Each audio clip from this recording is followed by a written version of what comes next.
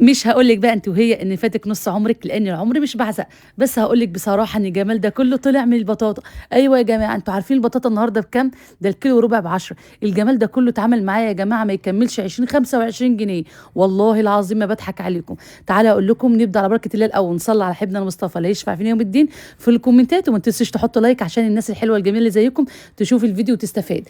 أول حاجة كان معايا 3 كيلو بطاطا، والبطاطا دي بصراحة بقى لها أسبوعين عندي راكناها، غسلاها وراكناها.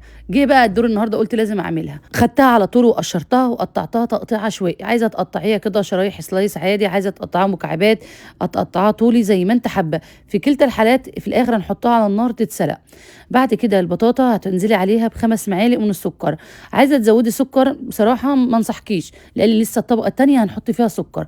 بعد كده هانزل عليهم بكوبايتين من المَيّة، والكوبايتين من المَيّة اللي أنا استخدمتهم الكوباية الواحدة 200 مللي. هاخدهم بقى واغطي عليهم بقى على نار هادية جدًا واسيبهم لحد ما يتسلقوا على الآخر، المهم تطلع معاكِ مهروسة كده ومتشربة كل السوائل اللي فيها. هانزل أول حاجة هنا بكوباية ونُص من الحليب، والنُص كوباية بتاعة الكوباية التانية هاركنها على جنب هتشوفوها دلوقتي هاستخدمها في إيه. معاها مكعبين من الزبدة، وهاقلب الكلام ده كله مع بعضه، وعلى فكرة الزبدة هتسيح بسرعة عشان خاطر البطاطا بتاعتي ملهلبة، ويُفضّل بقى إن أنتِ تشتغلي فيها وهي كده سخنة لسه نازلة على النار، ليه يا نورة؟ عشان ما تنشفش وتجمد معاكِ وتتعبِك بقى في الهرس.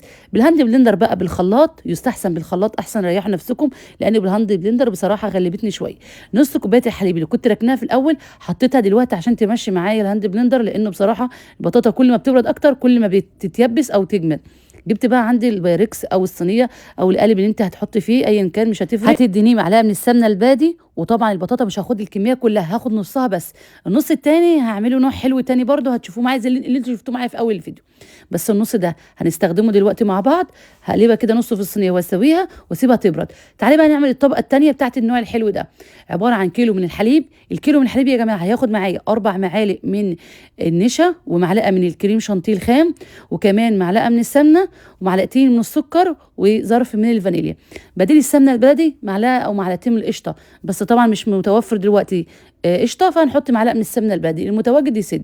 هقلب الكلام ده كله زي ما انتم شايفين بالمضرب السلك واحنا شغالين على النار، هنقلب على طول عشان ما يكتلش معانا. خلاص الطبقه الاولى معانا بردت، ننزل بقى بالكريمه اللي احنا عملناها، والكريمه يفضل ترتاح ربع ساعه قبل ما تحطيها على طبقه البطاطا.